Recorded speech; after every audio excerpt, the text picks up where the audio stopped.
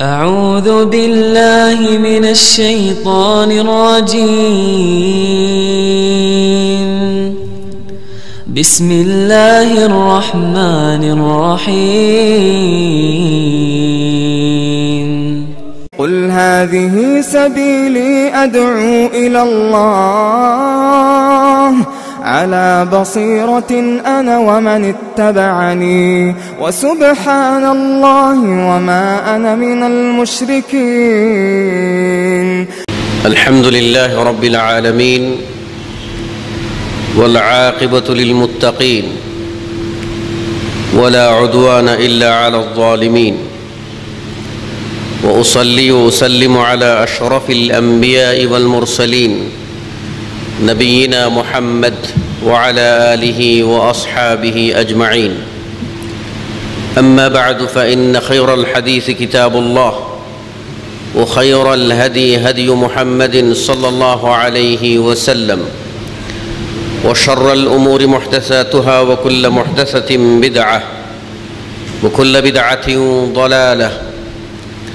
فقد قال الله سبحانه وتعالى في كلامه المجيد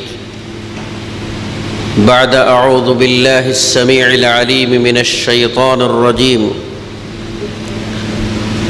كنتم خير أمة أخرجت للناس. وقال سبحانه وتعالى: وكذلك جعلناكم أمة وسطا لتكونوا شهداء على الناس.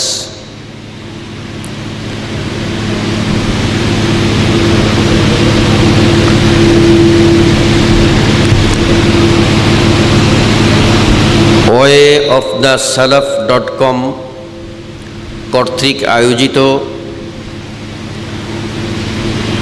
অদ্য 4/9/2013 এ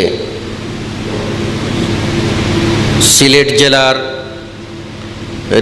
রিকাবিবাজারস্থ কবি নজরুল ইসলাম অডিটোরিয়াম এ অনুষ্ঠিতব্য বিষাক্ত অন্তর আকিদা শুদ্ধিকরণ ইসলামিক কনফারেন্সের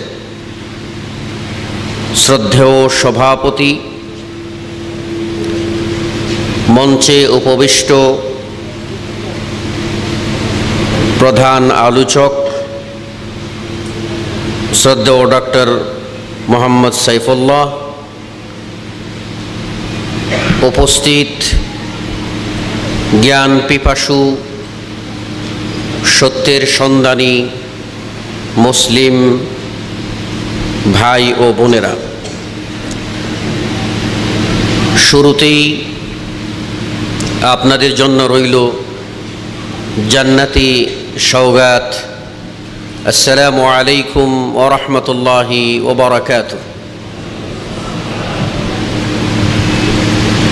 অতঃপর আজকের এই কনফারেন্সের নির্ধারিত বিষয়ের প্রথম পর্ব নিয়ে আপনাদের সামনে উপস্থিত হয়েছে। বিষয় হল সাহাবাই কেরাম এবং আহলে বাইত এর মর্যাদা ও অধিকার। এটি অত্যন্ত গুরুত্বপূর্ণ একটি বিষয়, যে বিষয়ের উপরে আমাদের ঈমান থাকা না থাকা অনেকাংশে নির্ভরশীল। ইসলাম আল্লাহ প্রদত্ত জীবন বিধান। ইসলাম একটি পথের নাম, যে পথ দিয়েছেন মহান আল্লাহ, যে পথে ডেকেছেন যুগে যুগে সকল নবী ও রসুলগণ। আমরা হয়েছি সেই সৌভাগ্যবান জাতি যারা সর্বশেষ ও সর্বশ্রেষ্ঠ নবী বিশ্বনবী মুহাম্মদুর রাসূলুল্লাহ সাল্লাল্লাহু আলাইহি ওয়াসাল্লামের উম্মত হওয়ার সৌভাগ্য লাভ করতে পেরেছি। এই ইসলাম কোরআন ও সুন্নাহের নাম। এই ইসলাম ওহীর পথের নাম। এই ইসলাম আল্লাহ প্রদত্ত নিয়ামতের নাম। এই ইসলাম ইহকালীন কল্যাণ ও পরকালীন মুক্তির গাইডলাইন্স। ইসলাম কোনো প্রকার অস্পষ্টতা কখনো মেনে নেয় না, বরং ইসলাম এসেছে জগৎ হতে অন্ধকার দূরীভূত করে, ন্যায় অনিষ্টতার মশাল প্রজ্বলিত করে মানুষকে মনুষ্যত্বের অভিষ্ট লক্ষ্যে পৌঁছে দেওয়ার জন্যে। ইসলাম কখনো দলিল প্রমাণহীন কোনো প্রমাদে বিশ্বাস করে না, বরং ইসলাম দলিল ভিত্তিক প্রমাণ ভিত্তিক একটি সুন্দর আল্লাহ প্রদত্ত জীবন বিধান। এই উম্মত আখেরি নবীর উম্মত, এই নবীর পরে আর কোনো নবী আসবেন না, আর এই উম্মতের পরেও আর কোনো উম্মত হবে না। এই উম্মতের যেখানে সমাপ্তি ঘটবে সেখানেই পৃথিবীর সমাপ্তি ঘটে যাবে। শেষে আসা উম্মত আল্লাহর ফজল ও করমে, তার দয়া ও অনুগ্রহে শ্রেষ্ঠ উম্মত হিসাবে, সর্বাধিক সংখ্যক হিসাবে কিয়ামতের মাঠে সমবেত হবে সৌভাগ্যবান উম্মতে মুহাম্মদী। সম্মানিত সুধীমণ্ডলী, ইসলাম যেমন দলিল ও প্রমাণের নাম, সেখানে দলিল ও প্রমাণ ভিত্তিক যে বক্তব্য সেটাই ন্যায় ও ইনসাফের বক্তব্য। এখানে কোনো কিছু সংযোজন, বিয়োজন বা রূপক অর্থগ্রহণের কোনো সুযোগ নেই। যে বা যারা যখনই নিজেদের করে ইসলামকে ব্যাখ্যা করতে গেছেন, তখনই নিজেরা হারিয়ে গেছেন, জাতিকে বিভ্রান্ত করেছেন। ইসলামকে অনুসরণ করতে হলে অনুসরণ কাদেরকে দিয়ে করতে হবে সে বিষয়টি আমাদের সকলের জানা উচিত। আল্লাহ সুবহানাহু ওয়া তাআলা আমাদেরকে বলেছেন, কুনতুম খায়রা উম্মাহ, তোমরা হলে উত্তম জাতি। আল্লাহ রাব্বুল আলামিন আমাদেরকে বলেছেন, ন্যায় ইনসাফপূর্ণ জাতি, যে জাতি কখনো সীমালঙ্ঘন করে না, সীমালঙ্ঘনকে বরদাস্ত করে না, কাউকে তার নিজ আসন থেকে ঊর্ধ্বে উঠিয়ে কখনো কোনো মানুষকে অতিমানব মনে করে না, আবার যার যে মর্যাদা সেই মর্যাদার আসন থেকে কাউকে নামিয়ে দিয়ে হেয় প্রতিপন্ন করার এরকম পরাকাষ্ঠা ইসলাম প্রদর্শন করে না। এজন্য আল্লাহ সুবহানাহু ওয়া তাআলা সূরা আল বাকারা এর 143 নম্বর আয়াতে স্পষ্ট করে বলেছেন, ওয়াকাযালিকা জাআলনাকুম উম্মাতান ওয়াসাতা, আর এভাবেই আমি তোমাদেরকে করেছি মধ্যমপন্থী উম্মত। এই মধ্যমপন্থী উম্মত বলতে ন্যায় ও ইনসাফের উপরে প্রতিষ্ঠিত, যাকে যেখানে দলিল প্রমাণ যেভাবে স্থান দেবে সেভাবেই স্থান দিতে তারা অভ্যস্ত, তবেই তারা মধ্যমপন্থী উম্মত। এ প্রসঙ্গে ব্যাখ্যা সুদূর প্রসারী। আমরা চলে যাচ্ছি তার দ্বিতীয় পটভূমিতে, সেটি হচ্ছে সাহাবায়ে কেরাম রিজওয়ানুল্লাহি আলাইহিম আজমাইন এবং আলে বাইত এর অধিকার ও মর্যাদা। সেটি হবে আহলুস সুন্নাহ ওয়াল জামাআহ বা হকপন্থীদের পরিগৃহীত নীতির আলোকে। আসুন আমরা পরিচিত হই আহলুস সুন্নাহ ওয়াল জামাআহ কাকে বলে। আপনারা জানেন যে শাশ্বত ইসলাম বিভিন্ন সময়ে মানুষের মস্তিষ্ক, চিন্তা, চেতনার বীজ অনুপ্রবিষ্ট করে ইসলামকে বিষায়িত করার, বিষাক্ত করার এবং ইসলামকে কলঙ্ক যুক্ত করার অনেক অপকৌশল যুগে যুগে চলে আসছে। তারই ধারাবাহিকতায় ইসলাম সম্পর্কে, কোরআন সম্পর্কে মানুষের মধ্যে এটা ভীতশ্রদ্ধ ভাব সৃষ্টি করে মানুষকে যেন কোরআন থেকে দূরে সরিয়ে রাখা যায়। রাসূলুল্লাহ সাল্লাল্লাহু আলাইহি ওয়াসাল্লামের প্রদর্শিত সঠিক পথ হতে মানুষকে বিচ্যুত করা যায়, সেই লক্ষ্যে বিভিন্ন ষড়যন্ত্রের জাল বিস্তার করা হলে মানুষ বিভ্রান্ত হয়ে যায়। এমতো পরিস্থিতিতে কোরআন ও সুন্নাহকে যারা আঁকড়ে ধরেন, যারা কোরআন ও সুন্নাহকে সর্বোচ্চ অগ্রাধিকার দেন, যারা ইসলামের নামে গালগল্প, কিচ্ছা কাহিনী এবং হিংসা ও বিদ্বেষ ভরপুর এরকম কোনো চিন্তা চেতনা যারা রাখেন না, বরং যারা সমস্ত মুসলিমদের জন্য কোরআন সুন্নাহের আলোকে যারাই মুসলিম বলে বিবেচিত হবেন তাদের জন্য বক্ষকে সম্প্রসারিত করে দেন, উদার করে দেন, সেই লোকগুলি বিশেষ বিশেষণে পরিচিত হতে থাকেন। তাদের অন্যতম নাম হলো আহলুস সুন্নাহ ওয়াল জামাআহ।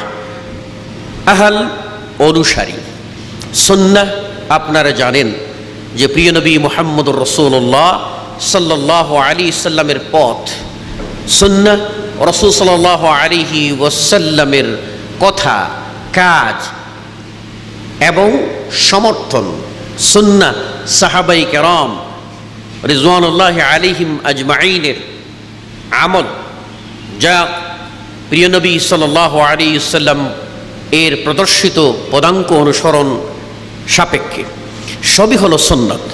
যারা সুন্নাতকে অর্থাৎ পিওর ইসলামকে, কোরআন এবং সুন্নাহকে আঁকড়ে ধরেন এবং এই সত্যের উপরে সুপ্রতিষ্ঠিত থাকেন, তাদেরকেই বলা হয় আহলুস সুন্নাহ ওয়াল জামাআহ। এ ব্যাপারে আমরা বলতে পারি যে ইমাম ইবনু আবিল ইজ আল হানাফি আত-তাহাবিয়াহ এর ব্যাখ্যা গ্রন্থে বলেন, হুম সালাফুল উম্মাহ মিনাস সাহাবাতি ওয়াত তাবিঈন ওয়া মান তাবিআহুম বিইহসানিন ইলা ইয়াউমিদ্দিন। আহলুস সুন্নাহ ওয়াল জামাআত বা হকপন্থী তারাই যারা হলেন সাহাবা ও তাবেঈন হতে শুরু করে এ উম্মতের পূর্বসূরি ব্যক্তিবর্গ, যারা কিতাব ও সুন্নাত হতে গৃহীত স্পষ্ট হকের উপর অক্ষমত ছিলেন। তাহলে আহলুস সুন্নাহ ওয়াল জামাআত তাদেরকেই বলা হবে যারা সাহাবায়ে কেরাম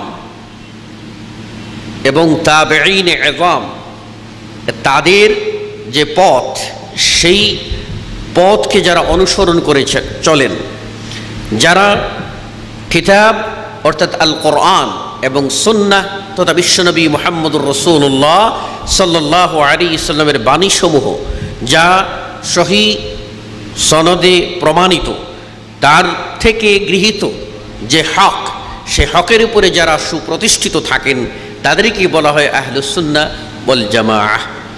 ওহুমুল্লাযীনা ইসতামাউ আলাল হাক্কিস সরীহ মিনাল কিতাব ওয়াস সুন্নাহ, যারা অক্ষমত হন ওই হকের উপরে, স্পষ্ট হকের উপরে যা কিতাব ও সুন্নাত কোরআন এবং হাদিস থেকে নেওয়া হয়েছে, অর্থাৎ কোরআন ও হাদিস থেকে যে পথ স্পষ্ট, সেই পথের উপরে যারা প্রতিষ্ঠিত থাকেন তাদেরকে বলা হয় আহলুস সুন্নাহ ওয়াল জামাআহ। এখানে বিষয়টি হচ্ছে হক। কোরআন এবং সুন্নাহ সম্মিলিত প্রয়াস বড় কথা নয়, এখানে মানদণ্ড হচ্ছে হক। এই জন্য ইমাম লালিকাই বলেছেন, ইন্নামাল জামাআতু মা ওয়াফাকা তাআতাল্লাহ ওয়া ইন কুনতা ওয়াহদাক। জামাআত বা হকপন্থীদের দল তাই হবে, এখানে দল বলতে তাই বুঝাবে যা আল্লাহর আনুগত্যে হবে। ওয়া ইন কুনতা ওয়াহদাক, যদিও আপনি হন একজন। আপনি যদি একা একজন ব্যক্তি হন আর আপনি যদি হকের অনুসারী হন, তাহলে আপনিই জাতি, আপনিই জামাআত, আপনিই দল, আপনিই জনসমষ্টি, আপনিই হকপন্থী। পক্ষান্তরে আবিধানিক অর্থে জনসমষ্টিকেই জামাত বলা হলেও হক যদি না থাকে তাহলে এটাকে আহলুস সুন্নাহ ওয়াল জামাআহ বলা হবে না। এই জন্য ইমাম ইবনুল কাইয়িম রাহিমাহুল্লাহ তিনি স্পষ্ট করে বলেছেন তার ইলামুল মুওয়াক্কিঈন গ্রন্থে, ওয়া'লাম আন্নাল ইজমা' ওয়াল হুজ্জা ওয়াস সাওয়াদ আল আ'যাম হুয়াল আলিম সাহিবুল হক ওয়া ইন কানা ওয়াহদাহু ওয়া ইন খালাফাহু আহলুল আরদ। জেনে রেখো, ইজমা, অক্ষ, দলিল, বড় দল, এটা বলতে বোঝায় ওই ব্যক্তিকে যিনি আলেম, যিনি হককে অনুসরণ করেন, ও ইন কানা ওয়াহদা, যদিও তিনি হন না একাও যদি হন আর হকের অনুসরণ করেন তাহলে তিনিই হলো জামাত, তিনি হলেন উম্মাহ। ও ইন খালাফাহু আহলুল আরদ, যদিও পৃথিবীর সকল মানুষ তার বিরুদ্ধাচরণ করে না কেন, পৃথিবীর সমস্ত মানুষও যদি তার উল্টো শ্রুতে চলে আর একাই যদি সে হককে ধরে রাখে তাহলে সেক্ষেত্রে একাই তিনি হবেন জামাত, তিনি হবেন আহলুস সুন্নাহ ওয়াল জামাআহ।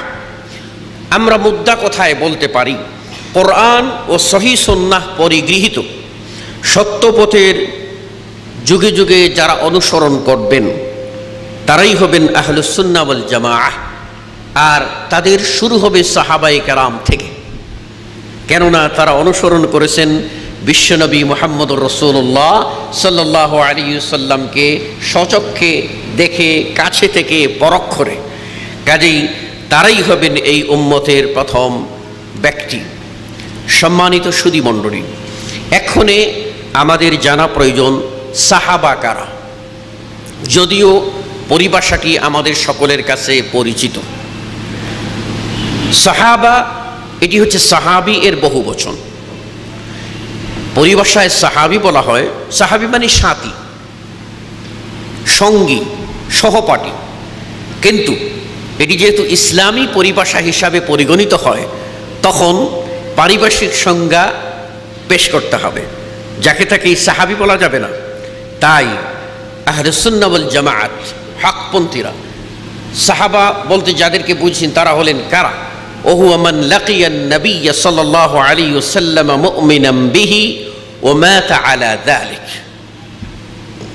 সাহাবী ওই ব্যক্তি যিনি রাসূলুল্লাহ সাল্লাল্লাহু আলাইহি ওয়াসাল্লামকে পেয়েছেন ঈমান অবস্থায় এবং ওই ঈমানের সাথে মৃত্যুবরণ করেছেন। রাসূল সাল্লাল্লাহু আলাইহি ওয়াসাল্লামের যুগ পেয়েছেন, ঈমান আনেন নাই, অথবা ঈমান এনেছেন, ঈমানের উপরে প্রতিষ্ঠিত থাকতে পারেন নাই, ধর্মত্যাগী হয়ে গেছেন, এমন ব্যক্তি রাসূল সাল্লাল্লাহু আলাইহি ওয়াসাল্লামের সোনালী যুগ পেলেও তাকে সাহাবী বলা যাবে না।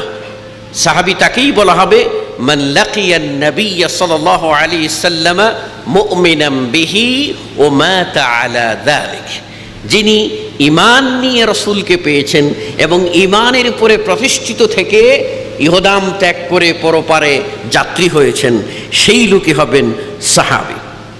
এক্ষণে আসুন আলে বাইত।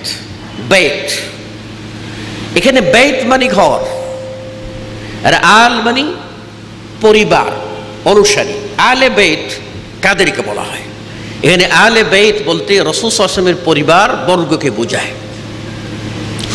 এখন রাসূল সাল্লাল্লাহু আলাইহি ওয়াসাল্লামের পরিবার আর তার সাহাবী, তার সাহাবায়ে কেরাম, তার পরিবারের মেম্বার না হলেও যারা ঈমানের সাথে তাকে পেয়েছেন এবং ঈমানের উপরে প্রতিষ্ঠিত থেকে ওফাতপ্রাপ্ত হয়েছেন, তারা তো সাহাবী।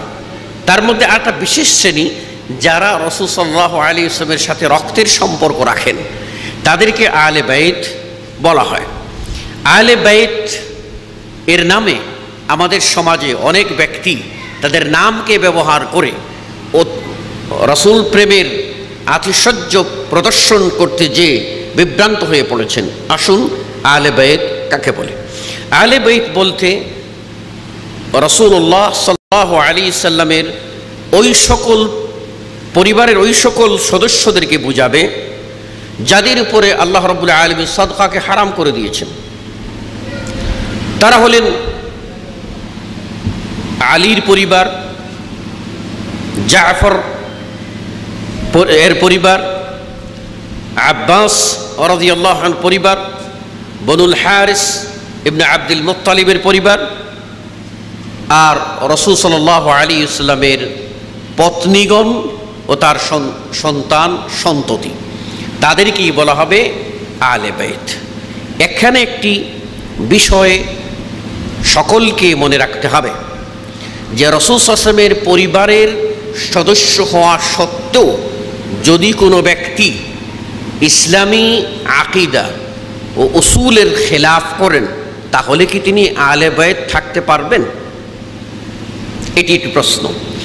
এই ক্ষেত্রে আহলুস সুন্নাহ ওয়াল জামাআত হকপন্থীদের স্পষ্ট বক্তব্য হলো, আম্মা মান খালাফা সুন্নাহ ওয়া লাম ইস্তাকিম আলা দ্বীন, যে ব্যক্তি সুন্নতের খেলাফ করবে এবং দ্বীনের উপরে সুপ্রতিষ্ঠিত থাকবে না,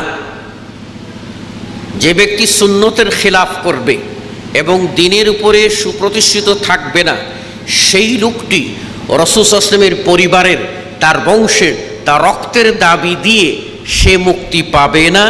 ওই লোকের সাথে ইমানদারদের কোনো আত্মিক মানে আত্মার কোনো সম্পর্ক হতে পারে না।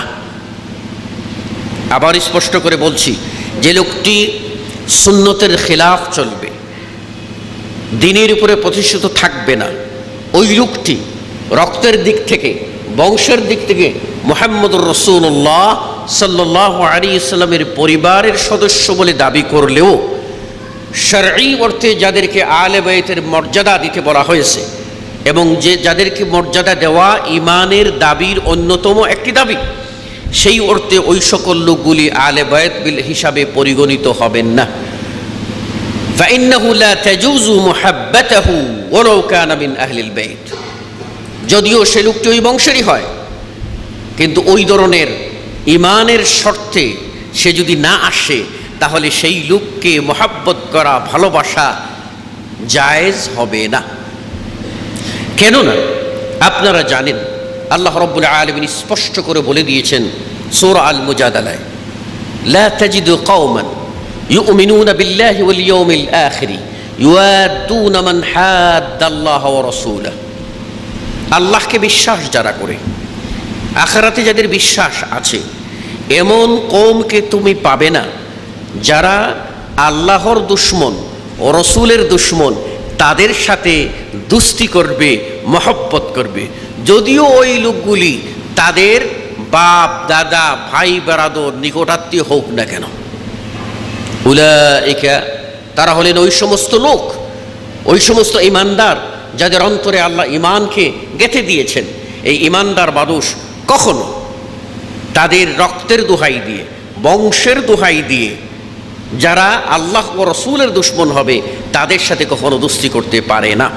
অতএব আহলুস সুন্নাহ ওয়াল জামাআতের কাছে আহলে বাইত বলতে রাসূল সাল্লাল্লাহু আলাইহি ওয়াসাল্লামের পরিবারের ওই সকল সদস্যকেই বোঝাবে যারা ঈমানের উপরে আছেন, ঈমানের শর্তে পরীক্ষিত, তারাই হবেন আহলে বাইত, এবং তাদের সাথে মহাব্বত রাখা হলো ঈমানের দাবি। এ ব্যাপারে আপনাদেরকে জানতে হবে যে সাহাবায়ে কেরাম তাদের মর্যাদা কি। সাহাবায়ে কেরাম তাদের মর্যাদা সম্পর্কে আমাদেরকে একথা স্পষ্ট জেনে রাখতে হবে যে আল্লাহ রাব্বুল আলামিন যুগে যুগে নবী ও রাসূল প্রেরণ করেছেন এবং তাদের কিছু হাওয়ারি, নিষ্ঠাবান সাথী জুগিয়ে দিয়েছেন, যারা তাদের জীবন, সম্পদ সব কিছু উজাড় করে দিয়ে তা নবীদের সঙ্গ দিয়ে আল্লাহ প্রেরিত দ্বীনকে জাগরুক করেছেন, প্রতিষ্ঠিত করেছেন। তাদের মর্যাদা কতখানি হতে পারে? আমাদের নবী, বিশ্বনবী মুহাম্মদ রাসূলুল্লাহ সাল্লাল্লাহু আলাইহি ওয়াসাল্লাম দাওয়াত শুরু করলেন তিনি একা। তিনি একা, তার কোনো সাথী নেই। তিনি শ্রেষ্ঠ বংশের শ্রেষ্ঠ সন্তান, যাকে এক বাক্যে সমাজের সব লোক বলতো আল আমিন, বিশ্বাসী। সেই লোক কি অপরাধ করেছিলেন? কারো মাথায় তো বাড়াই দেননি। রাতের অন্ধকারে কারো ঘরে প্রবেশ করেছেন, কারো অনিষ্ট সাধন করেছেন, কাউকে ঠকিয়েছেন এমনটা তো প্রমাণিত নয়। তিনি একটাই বলেছিলেন যে তোমরা মানুষ হয়ে মানুষের গোলামি করছো, ছেড়ে দাও, ফিরে এসো আল্লাহর কাছে, ইহকালও কল্যাণ হবে, পরকালে তোমরা মুক্তি পাবে। লাত উজ্জা মানাত হুবলের পূজা ছেড়ে দাও, বলো লা ইলাহা ইল্লাল্লাহ, সফল কাম হয়ে যাবে। কতই না নির্যাতন আসলো, কত নিষ্পেষণ তার উপরে আসলো, কত তিরস্কার তাকে মেনে নিতে হয়েছিল, কত যাতনা তাকে বরদাস্ত করতে হয়েছিল। এমতো পরিস্থিতিতে যারা তাকে সঙ্গ দিয়েছেন, যাদের সহায় সম্পদ সব লুটিয়ে দিয়েছেন, যাদের জীবনকে বাজি রেখে আল্লাহর নবীকে রক্ষা করেছেন, আল্লাহর দ্বীনের পথে সব কিছু উজাড় করেছেন, তাদের মহাব্বত, তাদের সম্মান কতখানি হবে একটু বিচার করুন।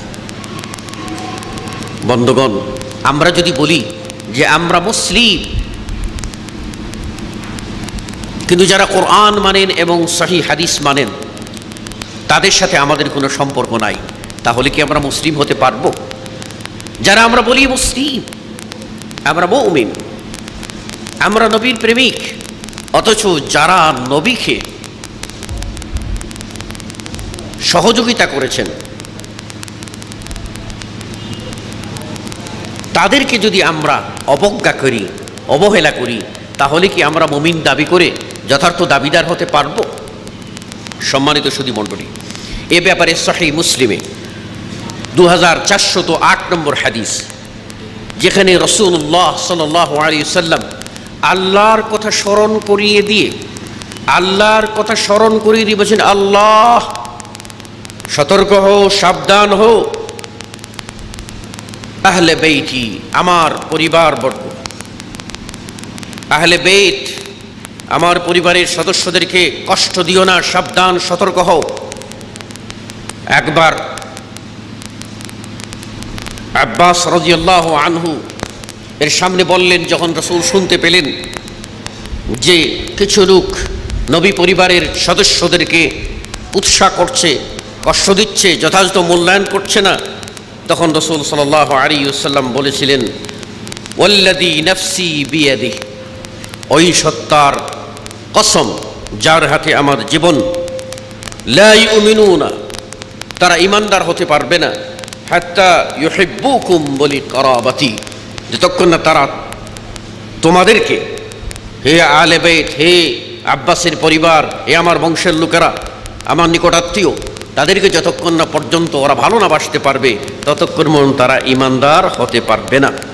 আপনারা শুনেছেন যে হাদিসটি সূচনাই মাননীয় সভাপতি সাহেব বলেছেন যে ভালোবাসে আমাকে, রসুল বলছেন আমাকে ভালোবাসার দাবিতে তারা আমার সাহাবীদেরকে ভালোবাসে। সাবধান, আমার সাহাবা তাদেরকে ভালোবাসবে, যারা ভালোবাসে তারা আমাকে ভালোবাসে বলেই তাদেরকে ভালোবাসে। আর যারা সাহাবীদেরকে প্রতি বিদ্বেষ পোষণ করে, তারা আমাকে দেখতে পারে না, আমার প্রতি তারা ঈর্ষাপরায়ণ বলেই তো তারা সাহাবীদের প্রতি বিদ্বেষ পোষণ করে। সুধী মণ্ডলী, সাহাবা কারা, তাদের বৈশিষ্ট্য কি? আল্লাহ রাব্বুল আলামিন যদি স্বয়ং তাদের প্রশংসা করেন, তাদের উত্তম চরিত্রের কথা মহাগ্রন্থ আল কোরআনে উল্লেখ করেন, তাহলে আপনি আমি কিসের বলে সাহাবাদেরকে নিয়ে সমালোচনা করব? যেখানে তো সূরা আল ফাতহের 29 নম্বর আয়াতে আল্লাহ রাব্বুল আলামিন বলছেন, মুহাম্মাদুর রাসূলুল্লাহ ওয়াল্লাযীনা মাআহু আশিদ্দাউ আলাল কুফফারি রুহামাউ বাইনহুম তারাহুম রুকআন সুজদান ইয়াবতাগুনা ফাদলান মিনাল্লাহি ওয়া রিদওয়ানা। মুহাম্মদ আল্লাহর রাসূল, ওয়াল্লাযীনা মাআহু, আর তার সাথে যারা আছেন, কারা? সাহাবায়ে কেরাম। তাদের সম্বন্ধে বলছেন যে তারা মুমিনদের পরস্পরে অত্যন্ত রহমদিল, আর যারা ইমানের বিরুদ্ধে অবস্থান নেয় তাদের বেলায় তারা রূঢ়। তারা কি চায়? তারা চায় ইয়াবতাগুনা ফাজলাম মিনাল্লাহি ওয়া রিদওয়ানা, তারা আল্লাহর অনুগ্রহ চায়, তারা আল্লাহর সন্তুষ্টি চায়। কে বলেছেন? মহান আল্লাহ। আল্লাহ তার প্রিয় হাবিবের অনুসারী সাহাবী তাদের প্রশংসা করে বলছেন তারা ওই সাহাবারা তো তারাই যারা চায় আল্লাহর অনুগ্রহ এবং আল্লাহর সন্তুষ্টি।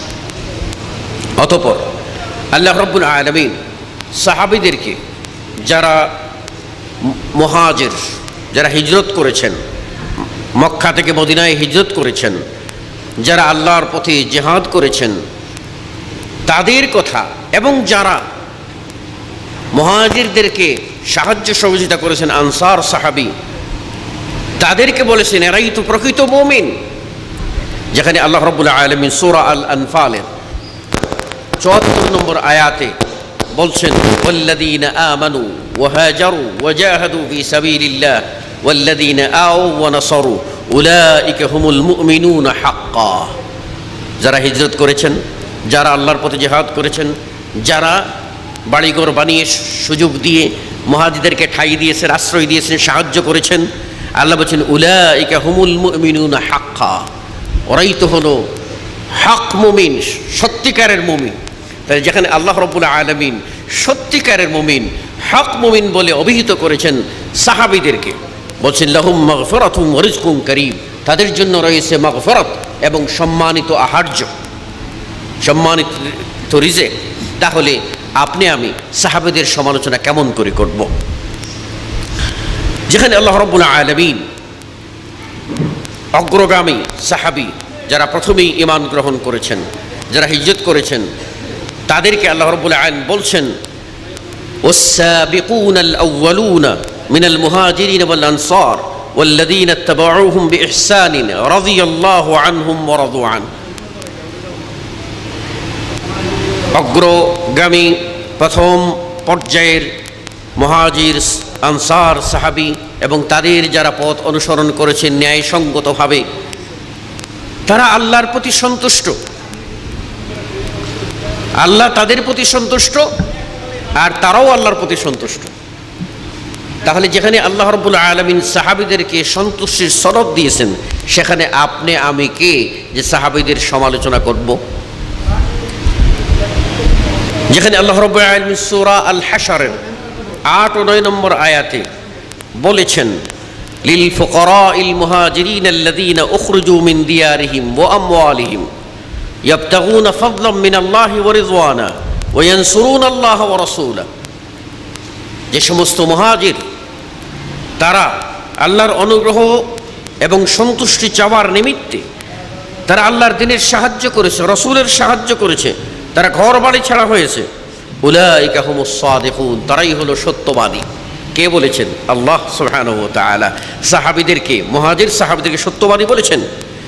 আর আনসারদের বেলায় বলেছেন ওয়াল্লাযীনা তাবাওয়াউদ দার ওয়াল ঈমানা মিন ক্বাবলিহিম ইউহিব্বুনা মান হাজারা ইলাইহিম।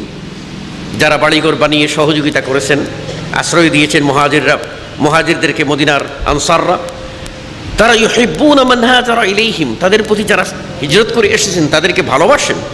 ওয়ালা ইয়াজিদুনা ফি সুদুরিহিম হাজাতাম মিম্মা উতু, যারা কিছু দিয়েছেন এর বিনিময়ে তাদের অন্তরে কোনো নিজস্ব চাওয়া পাওয়া ছিল না, আল্লাহর ওয়াস্তেই তারা সেগুলি সম্পাদন করেছেন।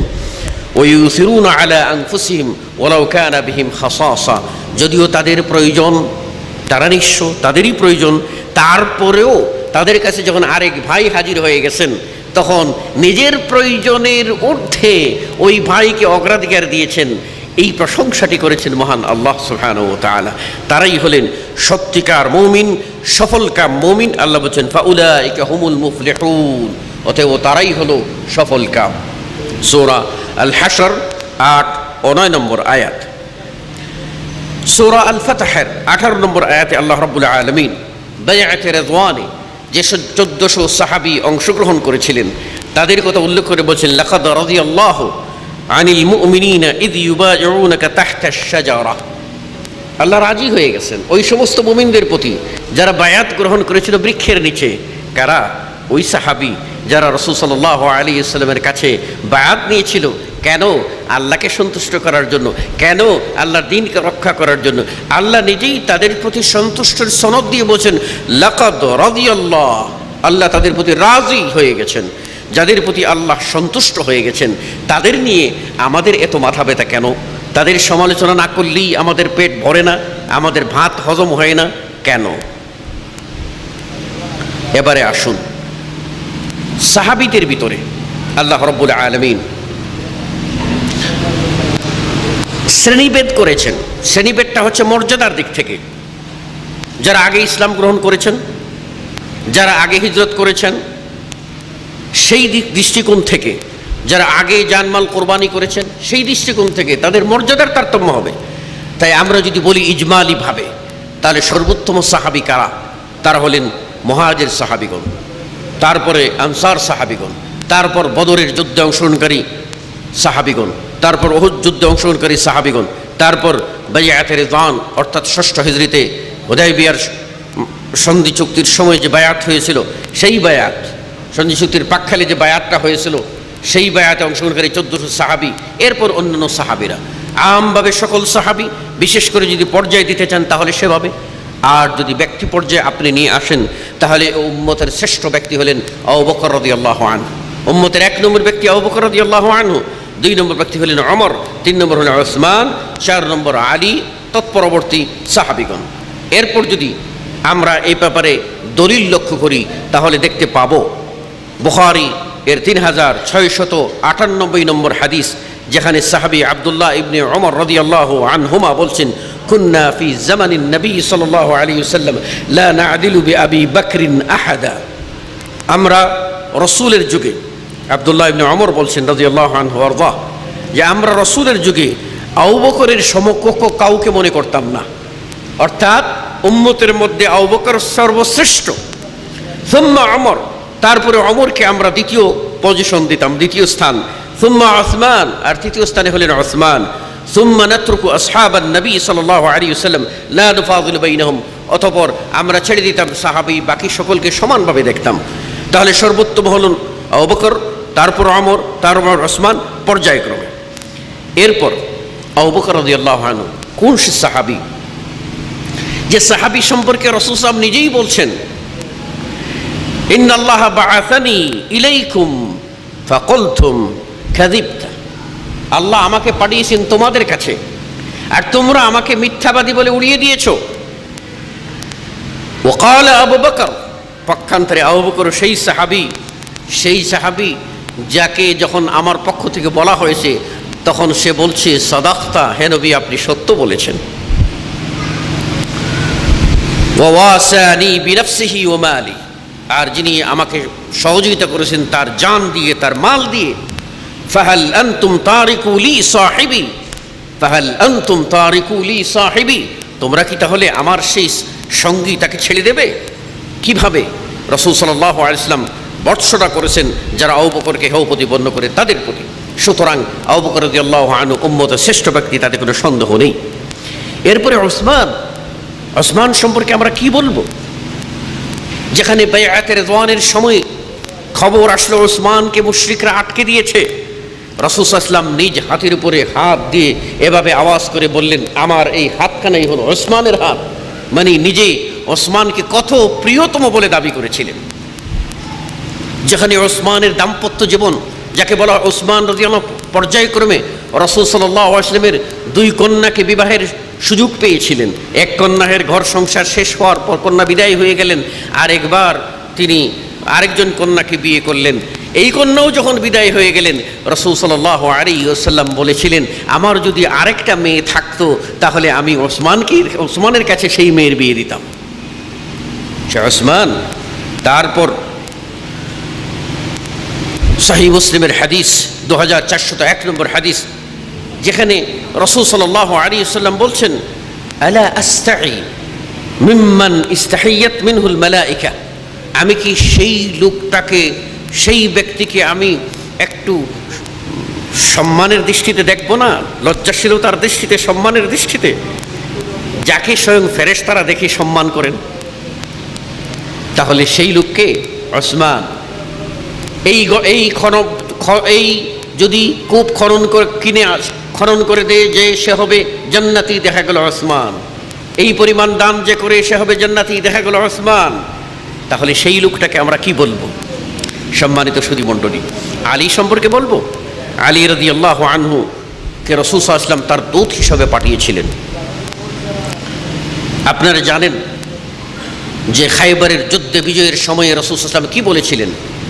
বলেছিলেন যে কালকে ঝান্ডা দেওয়া হবে এমন এক লোকের হাতে যেই লোকটা আল্লাহকে ভালোবাসেন এবং আল্লাহও তাকে ভালোবাসে।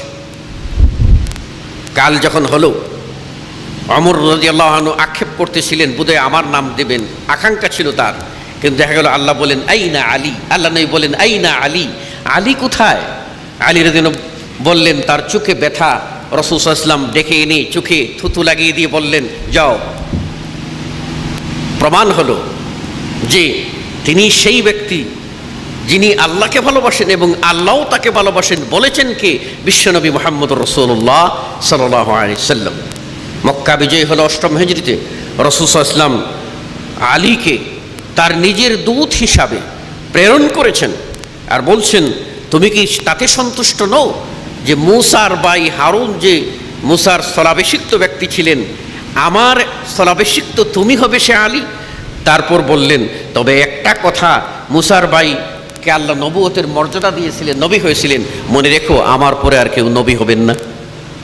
তাহলে কত মর্যাদা আলীকে আল্লাহ রাসূল সাল্লাল্লাহু আলাইহি ওয়াসাল্লাম দিয়েছেন। এবারে যদি আসেন তাহলে এই চারজনের পরে কাকে আপনারা মর্যাদাবান বলবেন? যাদেরকে আল্লাহর নবী ডাক দিয়ে ডেকে ডেকে নাম উচ্চারণ করে বলছেন এরা জান্নাতি, তাদের বেলায় আপনি কি বলবেন? আল্লাহর নবী তো বলছেন যে হাদিসটা মুসনাদ আহমদের, আবু দাউদের, ইবনে মাজার এবং আলবানির তাহকিক করা সহিহুল জামের 895 নম্বর হাদিস, যেখানে রাসূল সাল্লাল্লাহু আলাইহি ওয়াসাল্লাম বলছেন আবু বকর ফিল জান্নাহ ওয়া ওমর ফিল জান্নাহ ওয়া উসমান ফিল জান্নাহ ওয়া আলী ফিল জান্নাহ ওয়া তালহা ফিল জান্নাহ ওয়া যুবাইর ইবনুল আওয়াম ফিল জান্নাহ ওয়া সা'দ ইবনে মালিক ফিল জান্নাহ ওয়া আব্দুর রহমান ইবনে আউফ ফিল জান্নাহ। এই 9 জনের নাম নিয়ে বর্ণনাকারী সাদ ইবনু যায়েদ নিজে বলছেন যে চাইলে 10ম নম্বরে আমার নাম নিতে পারো। অর্থাৎ কত তারা রিয়া মুক্ত থাকার জন্য চেষ্টা করেছেন। লক্ষ্য করুন, সাহাবী, তার ওই সাহাবী তার নামও রাসূল সাল্লাল্লাহু আলাইহি ওয়াসাল্লাম নিয়েছেন যে তিনিও জান্নাতি। তিনি নিজে বর্ণনা করতে গিয়ে বলছেন এই 9 জনের নাম বললাম আর চাইলে তোমরা 10ম নম্বরে আমার নামও নিতে পারো। নিজে নিজে বলছেন না, সরি। এরপর যদি আমরা মর্যাদা দিতে চাই তাহলে মর্যাদা দেব কাদেরকে? যারা বদরের যুদ্ধে অংশগ্রহণ করেছিলেন। 313 মতান্তরে 15 মতান্তরে 17 এই সাহাবী যাদের কথা বুখারীতে বর্ণিত হয়েছে, প্রিয় নবী সাল্লাল্লাহু আলাইহি ওয়াসাল্লাম বলেন আল্লাহ বলেছেন, আল্লাহ নিজে বলছেন। বুখারী মুসলিমের হাদিস, যেখানে আল্লাহ রাব্বুল আলামিন বলে দিয়েছেন ই'মালু মা শি'তুম কাদ গফারতু লাকুম। হে বদরের সাহাবীরা, হে বদরের যোদ্ধারা, তোমরা যা করো আমি তোমাদেরকে মাফ করে দিলাম। আল্লাহ রাব্বুল আলামিন যাদের জন্য মাগফিরাতের সনদ দিয়ে বলছেন ইফআলু মা শি'তুম ই'মালু মা শি'তুম কাদ গফারতু লাকুম, আমি তোমাদেরকে ক্ষমা করে দিলাম। সেই ক্ষমাপ্রাপ্ত সাহাবী, তাদের সামনে আপনি কি বলবেন? বদরের সাহাবী। তারপর যদি আপনি যান তাহলে ওই বায়াতে রিদওয়ান 1400 সাহাবী। তারপর যদি আপনি আলে বাইত সম্পর্কে আলোচনা করতে যান, হাসান হুসাইন রাদিয়াল্লাহু আনহুমা সম্পর্কে যদি বলেন, যেখানে রাসূল সাল্লাল্লাহু আলাইহি ওয়াসাল্লাম বলছেন সহিহুল জামি'র 318 নম্বর হাদিস, যেটি আপনার তিরমিজি ও ইবনে মাজাহ এবং মুস্তাদরাক আল হাকিমে আছে, আল্লাহ নবী বলেছেন ওয়াইন্নাহুমা সাইয়্যিদা শাবাবি আহলিল জান্নাহ, এ দুজন হচ্ছেন জান্নাতের যুবকদের নেতা, যুবকদের প্রধান। আল্লাহর নবী সেভাবে তাদেরকে উল্লেখ করেছেন। আপনি যদি রাসূল সাল্লাল্লাহু আলাইহি ওয়াসাল্লামের কন্যা কলিজার টুকরা ফাতিমা সম্পর্কে যদি বলেন তাহলে সেখানেই দেখবেন রাসূল সাল্লাল্লাহু আলাইহি ওয়াসাল্লাম বলছেন বুখারী মুসলিমের হাদিস ইন্নাহা সাইয়্যিদাতু নিসাই আহলিল জান্নাহ, ফাতিমা হবে জান্নাতে মহিলাদের সাইয়্যিদা, মহিলাদের নেতা, মহিলাদের প্রধান। এভাবে তাকে মর্যাদার আসনে অভিষিক্ত করেছেন। আমরা একটা কথা স্পষ্ট করে বলতে চাই, যেখানে রাসূল সাল্লাল্লাহু আলাইহি ওয়াসাল্লাম এভাবে তার সাহাবীদের মর্যাদা তুলে ধরেছেন, তাদেরকে নিয়ে মাথা ব্যথা করা যাবে? তাদেরকে নিয়ে গালমন্দ করা যাবে? তাদের নিয়ে সমালোচনা করা যাবে? দেখুন সূরা আল হাশরের 10 নম্বর আয়াত, সেখানে আল্লাহ রাব্বুল আলামিন বলছেন ওয়াল্লাযীনা জাউ মিন বা'দিহিম ইয়াকুলুনা রাব্বানা ইগফির লানা ওয়া লিইখওয়ানিনা আল্লাযীনা সাবাকুনা বিল ঈমান। দোয়া আমরা সবাই জানি, আমরা দোয়া কি করি? যে হে আল্লাহ, আমাদের আগে যারা ঈমান নিয়ে চলে গেছেন, সে সাহাবী তাবেঈন, সেই মর্যাদাশীল, তাদের বেলায় তাদেরকে তুমি মাফ করে দাও। আর ওয়ালা তাজআল ফি কুলুবিনা গিল্লা, এবং আমাদের অন্তরে তাদের ব্যাপারে কোনো প্রকার হিংসা বিদ্বেষ রাখিও না। তাদের ব্যাপারে আমাদের দিলকে স্বচ্ছ করে দাও, যেন তাদের ব্যাপারে আমাদের মনে কোনো প্রকার কুটিলতা, জটিলতা, প্রশ্ন, সন্দেহ, বিদ্বেষ কিছুই যেন না থাকে। এরপর রাসূলুল্লাহ সাল্লাল্লাহু আলাইহি ওয়াসাল্লাম বলেছেন, রাসূল বলেছেন, লা তাসুব্বু আসহাবি, তোমরা আমার সাহাবাদেরকে গালি দিও না। লা তাসুব্বু আসহাবি, তোমরা আমার সাহাবাদেরকে গালি দিও না। ওয়াল্লাযী নাফসি বিয়াদি, ওই সত্তার কসম যার হাতে আমার জীবন। রাসূলুল্লাহ সাল্লাল্লাহু আলাইহি ওয়াসাল্লাম আল্লাহর কসম করে বলছেন, লাউ আন্না আহাদাকুম আনফাকা মিসলা উহুদিন যাহাবা, তোমাদের কেউ যদি উহুদ পাহাড় পরিমাণ স্বর্ণ যদি আল্লাহর পথে ব্যয় করে, মদিনার সবচেয়ে প্রশস্ত পাহাড়, প্রায় 3 মাইল ব্যাপ্তি লম্বা প্রশস্ত পাহাড়, এই প্রস্থের বিশাল পাহাড়, সেটাকে উদাহরণ দিয়ে রাসূল বলছেন, তোমাদের কেউ যদি সেই পাহাড় পরিমাণ স্বর্ণও যদি ব্যয় করে, মা বালাগা মুদ্দা আহাদিহিম ওয়ালা নাসিফা, তাহলে আমার একজন সাহাবীর এক মুষ্টি বা তার কিয়দংশেরও বরাবর হবে না। তাহলে সাহাবীদের মর্যাদা কোথায়? এক্ষণে প্রশ্ন হলো যে এই সাহাবীদেরকে গালি দেওয়ার কথাটি কোত্থেকে আসলো, কিভাবে আসলো? আসলে সাহাবীদের প্রতি বিদ্বেষ, সাহাবীদের নিয়ে সমালোচনা, এটি হয়েছে জাগতিক কারণে। কারণ যারা কোরআন ও সুন্নাহকে যথাযথ স্থানে রাখতে চাননি, বরং কোরআন ও সুন্নাহের লেবাসে লেফাফা লাগিয়ে দিয়ে ইনবেলাপের ভিতরে সেখানে নিজেদের মন গড়া ইসলামকে ঢুকাতে চেয়েছেন, মানুষকে হক থেকে বিচ্যুত করতে চেয়েছেন, তারাই কেবল সাহাবীদের সমালোচনায় প্রবৃত্ত হয়েছেন। যাদের ধারণা মুহাম্মদী দ্বীন এ যুগে চলে না, এটা ছিল পুরানো যুগের সেকেলে, এ যুগে মডার্ন যুগ, সুতরাং মডার্ন ইসলাম হতে হবে, আধুনিক ইসলাম হতে হবে।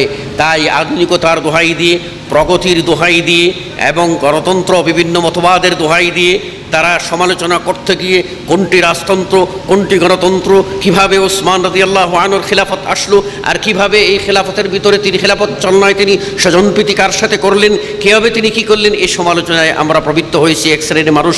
কেন? যে আমরা বুঝতে পারি নাই এই ষড়যন্ত্রের মূল কোথায়। আপনারা লক্ষ্য করুন, আল্লাহর নবীকে গালি দিয়ে কেউ কোনোদিন ইমানদার হতে পারে না। আল্লাহকে গালি দেওয়া কেউ যদি দেয় তাহলে নির্দ্বিধায় সে আউট অফ ইসলাম। রাসূল সাল্লাল্লাহু আলাইহি ওয়াসাল্লামকে গালি দেয়, নির্দ্বিধায় সে আউট অফ ইসলাম, সে মুসলিম নয়। আপনারা জানেন বুখারীর 3617 নম্বর হাদিস পড়ে দেখবেন যে আনাস ইবনে মালিক রাদিয়াল্লাহু আনহু আরদাহ বলছেন যে একজন খ্রিস্টান ইসলাম গ্রহণ করল, লিখতে জানত, আর রাসূল সাল্লাল্লাহু আলাইহি ওয়াসাল্লামের সান্নিধ্যে থেকে সে অনুমতি পেয়ে গেল ওহী লেখার। লেখালেখি জানতো, লেখালেখি হলো। পরবর্তীতে শয়তানের চক্রান্ত পড়ে সে আবার খ্রিস্টান ধর্ম গ্রহণ করে ফেলল। খ্রিস্টান ধর্ম গ্রহণ করে সে ইসলাম সম্পর্কে অহেতুক অবান্তর মন্তব্য করতে লাগলো। এমনকি রাসূলুল্লাহ সাল্লাল্লাহু আলাইহি ওয়াসাল্লাম সম্পর্কে বলতে লাগলো, মা ইয়াদরি মুহাম্মদ ইল্লা মা কাতাবতু লাহ, মুহাম্মদ তো লেখাপড়া কিছুই জানেন না, কিছুই জানতেন না, কি তার কাছে ওহী নাজিল হয়, সে তো তাই মানে বলে যেটা আমি লিখে দিয়ে এসেছিলাম। মা ইয়াদরি মুহাম্মদ ইল্লা মা কাতাবতু লাহ, মুহাম্মদ কিছুই জানে না, তার জন্য আমি যা লিখে দিয়েছিলাম সেইগুলি এখন মুহাম্মদ বলে বেড়াচ্ছে। এইভাবে যখন তিরস্কার করেছিল, তার অর্থ হলো সে আল্লাহর নবীকে তিরস্কার করলো, আল্লাহর কোরআনকে তিরস্কার করলো, ওহীকে তিরস্কার করলো, জিবরিলকে তিরস্কার করলো, ইমানের মূল ভিতকে সে অস্বীকার করলো। আল্লাহর নবী তার জন্য দোয়া করেছিলেন, দোয়ার ফল কি দাঁড়িয়েছিল, যখন সে মারা গেল তাকে দাফন করা হলো, মাটি তাকে গ্রহণ করে না, দাফন করে চলে আসে। পরে দেখা যায় তার লাশ আবার মাটির উপরে। পরের দিন ওরা মনে করে বোধহয় গভীর করে গর্ত করে আবার কবর দেই, আবার কবর দেয়। দেখা যায় পরের দিন আবার তার লাশ উপরে রাখা। তিনবার তার লাশ যখন উপরে ফেলা দেখা হলো, তখন তারা বলল, তারা নিজেরা ওই সময়ের জাতি, তারা বলল, কি বলেছিল? ফাআলিমু আন্নাহু লাইসা মিনান নাস। তারা তখন জানতে পারলো যে এই লোকটা মানুষই না, এই মানুষের কাতারই হতে পারে না।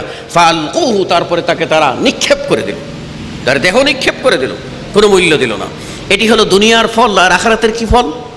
আর পরিষ্কার করে যেখানে রাসূল সাল্লাল্লাহু আলাইহি ওয়াসাল্লাম বলছেন, যারা সাহাবীকে গালি দেয় তারা আমাকে গালি দেয়, যারা আমাকে গালি দেয় তারা আল্লাহকে গালি দেয়, যারা আল্লাহকে গালি দেয় তারা কখনো ঈমানদার হতে পারে না। সূরাতুল আহজাবের 58 নম্বর আয়াত লক্ষ্য করুন, সেখানে আল্লাহ রাব্বুল আলামিন বলেন, ওয়াল্লাযীনা ইউযুনাল মুমিনিনা ওয়াল মুমিনাত বিগাইরি মাকতাসাবু ফাকাদ ইহতামালু বুহতানাও ওয়া ইসমান মুবিনা। যারা মুমিন পুরুষ, মুমিন নারী, তাদেরকে অহেতুকভাবে, অন্যায়ভাবে তাদের উপরে অপবাদ রটায় এবং তাদের উপরে স্পষ্ট তাদের উপরে অপবাদ রটায়, তাদের সম্বন্ধে অবান্তর কথাবার্তা বলে, তারা পতিত হলো প্রকাশ্য গুনাহে, পাপে। আল্লাহ রাব্বুল আলামিন আহজাবের এর আগে বলেছেন, ইন্নাল্লাযীনা ইউযুনা আল্লাহ ওয়া রাসূলাহু লা'নাহুমুল্লাহু ফিদ দুনিয়া ওয়াল আখিরাহ ওয়া আ'আদ্দা লাহুম আযাবাম মুহিনা। যে সমস্ত লোকেরা আল্লাহ ও তার রসুলকে কষ্ট দেয়, তাদের প্রতি আল্লাহর লানত দুনিয়াতে এবং আখিরাতে, আর তাদের জন্য রয়েছে লাঞ্ছনাদায়ক শাস্তি, অপমানকর শাস্তি। তাহলে আল্লাহ ও আল্লাহ রসুলকে গালি দিয়ে কখনো ঈমানদার হতে পারে না। আপনারা লক্ষ্য করবেন, শয়তান একজন মুসল্লিকে বলবে না সরাসরি সালাত থেকে দূরে থাকবে, কেননা ওই মুসল্লি সালাত থেকে দূরে থাকবে না। শয়তান তখন বলবে যে এই লোকটাকে নফল সালাতের দিকে ধাবিত করে দেই, যাতে সে সালাতের প্রেমে লাগে, সালাত নফল পড়তে পড়তে ফরজটা ভুলে যায়। যখন ফরজটা ভুলে যাবে তখন তো সে কুফরিতে চলে যাবে, আমি সাকসেস। ঠিক যখন দেখলো একদল মানুষের হৃদয়ে আল্লাহর প্রেম, রসুলের প্রেম, সাহাবাদের প্রেম, এই প্রেম যদি জাগরুক থাকে, মহাব্বত জাগরুক থাকে, তাহলে সে তো ইউসুফ আলাইহিস সালামের সৌন্দর্য দেখে মিশরের নারীরা ফল কাটার বদলে হাত কেটে ফেলেছিল। আর মুহাম্মদ সেই ব্যক্তি যার চেহারা মুবারক দেখে ডাকের সাথে সাথেই তারা ঝাঁপিয়ে পড়েছিলেন, জীবন বাজে রেখে গর্দানকে উড়িয়ে দিয়েছিলেন। কোথায়? তাহলে তো ওই মানুষ এত মহাব্বত, নবী প্রেম, এদেরকে তো সহজেই নবীর বিরুদ্ধে বলা যাবে না। আস্তে আস্তে সাহাবীদের বিরুদ্ধে কথা বলা শুরু করলো, কারণ ইসলাম তো সাহাবীদের মাধ্যমে আমাদের কাছে আসছে। তারা নবীকে ফলো করেছেন, নবী করিম সাল্লাল্লাহু আলাইহি ওয়াসাল্লাম কীভাবে কোরআন মেনেছেন এটা আমাদের কাছে বর্ণনা করেছেন, তাদের বর্ণনা থেকে আমরা পেয়েছি। কাজেই যদি সত্যিকার ইসলাম থেকে মানুষকে হটাতে চাও, তাহলে ওই বর্ণাকারী সাহাবীদের বিরুদ্ধে কুৎসারটনা করো, যাতে মানুষ সাহাবীদের বিরুদ্ধে তাদের বীতশ্রদ্ধ ভাব সৃষ্টি হয়, ঘৃণার সৃষ্টি হয়, তবেই তোমরা সাকসেস হয়ে যাবে। এভাবেই ইসলাম সম্পর্কে দূরত্বের সৃষ্টি করেছে। এই ব্যাপারে ইমাম ইবনে তাইমিয়া রাহিমাহুল্লাহ তার মিনহাজুস সুন্নাহ গ্রন্থের ভিতরে বলছেন, ইয়াকসুদুনা বিযালিক, সাহাবাদেরকে যারা গালি দেয়, সাহাবাদের সমালোচনায় যারা প্রবৃত্ত হয়, তারা কিন্তু তাদের উদ্দেশ্য হচ্ছে ইসলাম, তাদের উদ্দেশ্য সাহাবী নয়, তাদের উদ্দেশ্য ইসলাম। কেননা সাহাবীরাই তো ইসলামের বিবরণ আমাদের কাছে নিয়ে আসছেন। কাজেই সাহাবীদের সমালোচনা যদি করা হয়, সাহাবীদের পর থেকে যদি মানুষেরা মুখ ফিরে এনে, তাহলে অটোমেটিক ইসলাম থেকে মুখ ফিরে নেবে। সেই সুবাদে তারা আপনার এই ষড়যন্ত্রে লিপ্ত হয়েছে। তিনি বলছেন, লিআন্না সাহাবাতা হুম রুয়াতুহু, তারাই হলেন ইসলামের বর্ণাকারী, তারাই হলেন ইসলামের রক্ষাকারী। ওহুম খায়রু হাযিহিল উম্মাহ, এই সাহাবারাই হলেন এই উম্মতের শ্রেষ্ঠ ব্যক্তিত্ব। ওয়াল কাদহু ফি খায়রিল কুরুনি কাদহুন ফি রাসূলিল্লাহ, আর ওই প্রথম যুগের সোনালী যুগের সোনার মানুষ সাহাবী, তাদের উপরে যদি কদর্য লিপন করে দেওয়া হয়, তাদেরকে যদি তাদের উপরে সমালোচনা করা হয়, তাহলে এই কদর্যটা, এই ময়লাটা নিক্ষেপ করা হয় স্বয়ং রসুলের উপরে। ওয়া কাদহুন ফিল ইসলাম, এবং সেটা ইসলামের উপরে। সে কারণেই তারা সেই কাজটি করেছে। আপনারা জানেন, ওসমান ইবনে আফফান সম্পর্কে আলোচনা আমরা করলাম, তার সম্বন্ধে মন্তব্য আপনারা জানেন। ওসমান রাদিয়াল্লাহু আনহু শাহাদত বরণ করলেন। কেন বরণ করলেন? এর পিছনে যে নাটকটা ছিল সেটি ছিল ইহুদিদের একটি চক্রান্ত।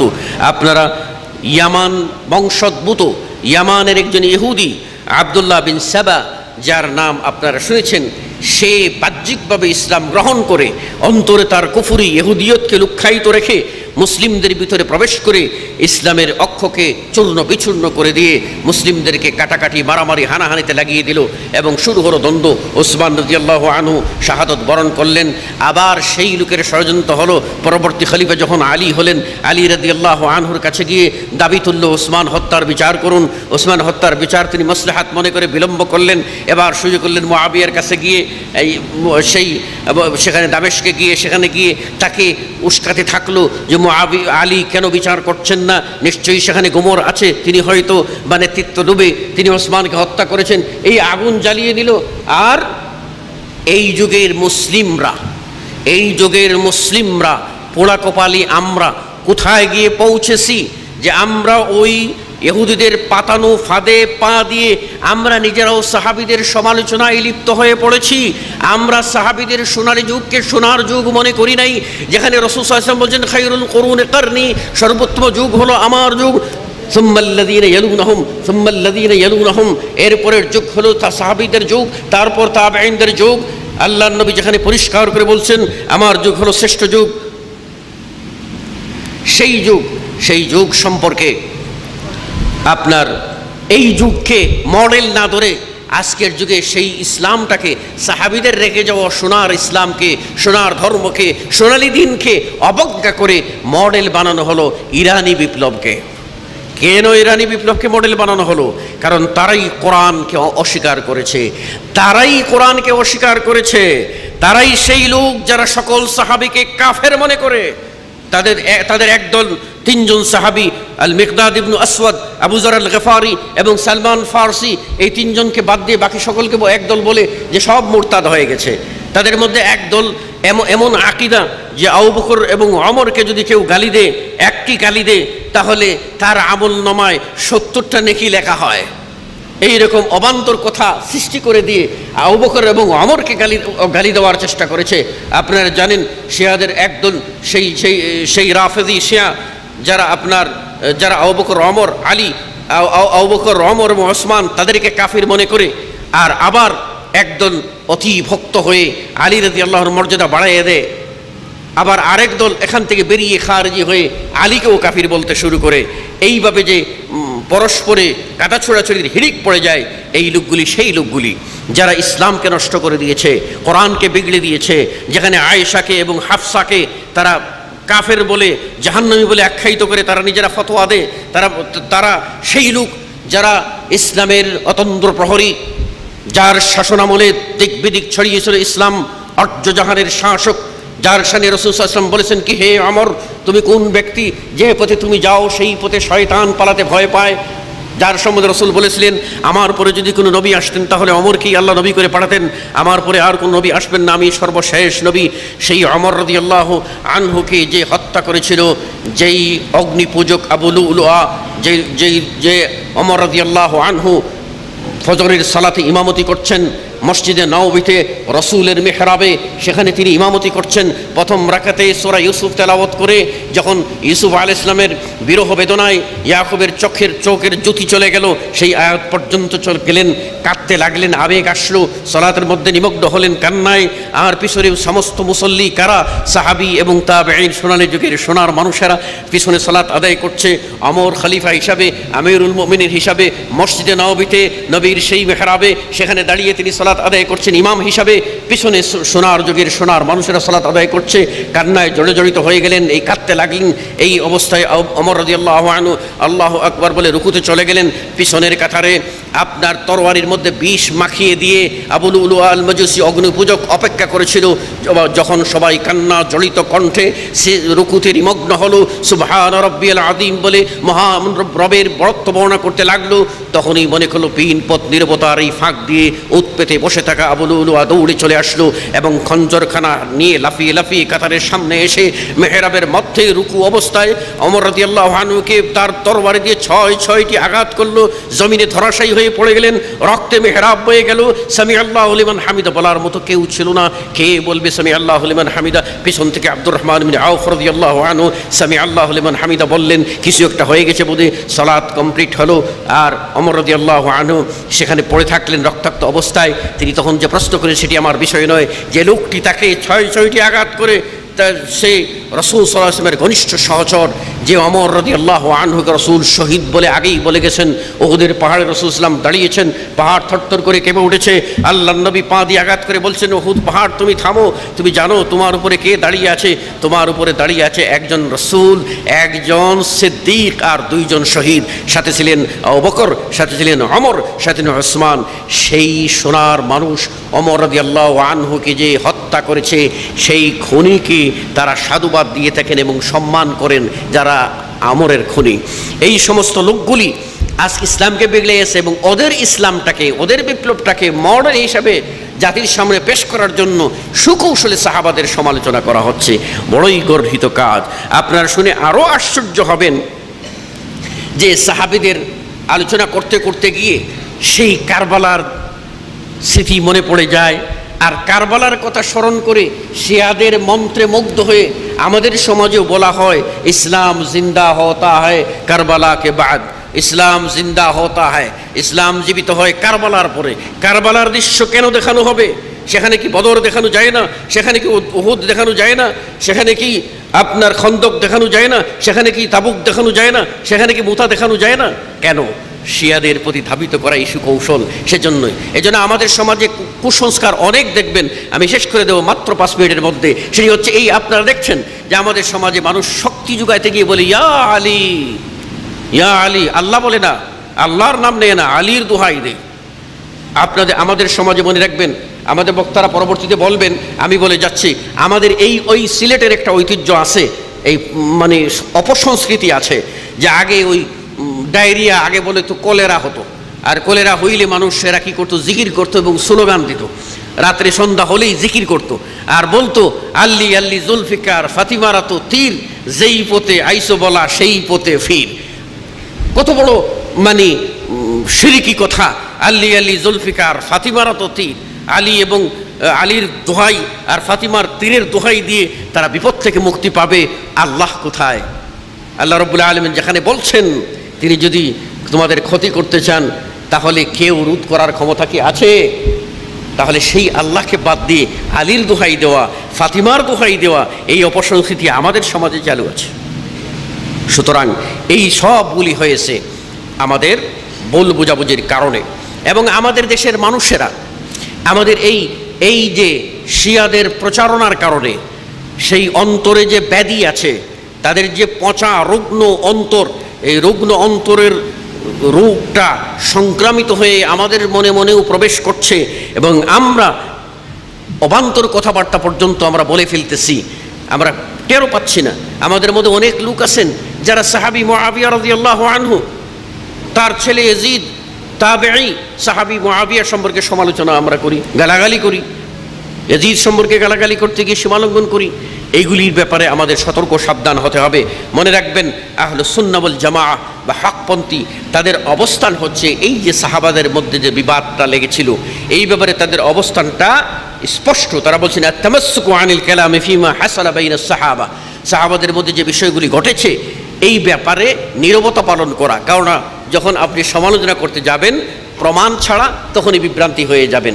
আর যেখানে রাসূলুল্লাহ সাল্লাল্লাহু আলাইহি ওয়াসাল্লাম আল্লাহ আল্লাহ সাহাবী, আমার সাহাবাদের নিয়ে তোমরা সমালোচনা করিও না, সেখানে আমি কেমন করে সমালোচনা করতে পারি? কাজেই নিজেকে নিবৃত রাখার উপায় হলো, ঈমান বাঁচানোর উপায় হলো এ সমস্ত সমালোচনা থেকে বিরত থাকা। দ্বিতীয়ত, তাদের বিতর্কার যে বিষয়গুলি হয়েছিল এসব ব্যাপারে আমরা বলবো, যেহেতু বুখারী মুসলিমের হাদিসে রাসূল সাল্লাল্লাহু আলাইহি ওয়াসাল্লাম আমাদেরকে একটা নীতি বলে দিয়েছেন যে কোনো মুস্তাহিদ যদি ভুল করে তাহলে তবু এই সত্যপথের সন্ধান করতে চেষ্টা করেছিল, এর বিনিময়ে আল্লাহ রাব্বুল আলামিন তাকে একটা নেকি দান করবেন। আর যদি সঠিক সিদ্ধান্তে পৌঁছে তাহলে আল্লাহ রাব্বুল আলামিন তাদেরকে ডবল নেকি দান করবেন। অতএব আমরা বলবো যে এই ক্ষেত্রে যদি তাদের ইজতিহাদ হয়ে থাকে তাহলে তাদের ব্যাপারে যখন আল্লাহ রাব্বুল আলামিন সূরা আল আহকাফের 16 নম্বর আয়াত স্পষ্ট করে বলেছেন, উলাইকাল্লাযীনা নাতাকাব্বালু আনহুম আহসানা মা আমিলু ওয়া নাতাজাওয়াজু আন সাইয়্যাতিন ফি আসহাবিল জান্নাহ, জান্নাতের অধিবাসী সেই সোনালী যুগের সোনার মানুষ, তাদের ওই সমল কথাগুলি যারা ভালো কাজ করেছেন সেগুলি আমরা গ্রহণ করব। আল্লাহ বলছেন আর যেগুলি তারা খারাপ করে সেগুলি আল্লাহ রাব্বুল আলামিন অতিক্রম করবেন, জেনে আল্লাহ রাব্বুল আলামিন ক্ষমা করে দেবেন। সেখানে আমরা কেন সমালোচনায় প্রবৃত্ত হব? এটি অত্যন্ত মারাত্মক কাজ। এই ব্যাপারে আপনার ইমাম ইবনে কুদামার একটি উদ্ধৃতি দিয়ে শেষ করছি। তিনি বলছেন, ওয়াকাদ আজমাআল العلماء على أن من اتهم عائشة رضي الله عنها بما برأها الله منه كفر بلا خلاف ইমাম ইবনে কুদামা বলছেন বিশ্বের হকপন্থী ওলামারা এই মর্মে একমত হয়েছেন অক্ষমত যে কেউ যদি যে ব্যাপারে আয়েশা রাদিয়াল্লাহু আনহার ব্যাপারে যদি অপবাদ দেয়, যে ব্যাপারে আল্লাহ রাব্বুল আলামিন আয়েশার পবিত্রতার ঘোষণা আসমান থেকে নাজিল করেছেন, তাহলে বেলা খেলাফ, বিনা দ্বন্দ্বে, কোনো ইখতিলাফ নাই, একেবারে সকলের একমত যে এই লোকটি কাফের হয়ে যাবে। তাহলে সাহাবীদের সম্বন্ধে সমালোচনা করা কতই গর্হিত কাজ। আর হেতুবাদ কি? এর হেতুবাদ হলো মূল স্পিড থেকে, মূল ইসলাম থেকে মানুষকে সরিয়ে মানুষকে আপনার মক্কা ও মদিনামুখী ইসলামের মূল উৎসের দিকে না গিয়ে আপনার সাহাবী বিদ্বেষী, কোরআন বিগলিয়ে দেওয়া সেই ইরানিপন্থী করা। আল্লাহ রাব্বুল আলামিন আমাদের সকলকে সত্য বুঝার তৌফিক দান করুন। আল্লাহ রাব্বুল আলামিন আমাদের সকলকে সাহাবীদের মহাব্বত অন্তরে জাগিয়ে দিন এবং কোনো সাহাবী মুমিন ভাইদের বিরুদ্ধে যেন আমাদের মন যেন তাদের প্রতি বিদ্বেষে ভরা না হয়, পবিত্র করতে পারি। আল্লাহ সে তৌফিক আমাদের দান করুন। আমিন। আকুলু কওলি হাযা আস্তাগফিরুল্লাহ লি ওয়া লাকুম ওয়া লিসাইরিল মুসলিমিন। ওয়াসসালামু আলাইকুম ওয়া রাহমাতুল্লাহি ওয়া বারাকাতুহু।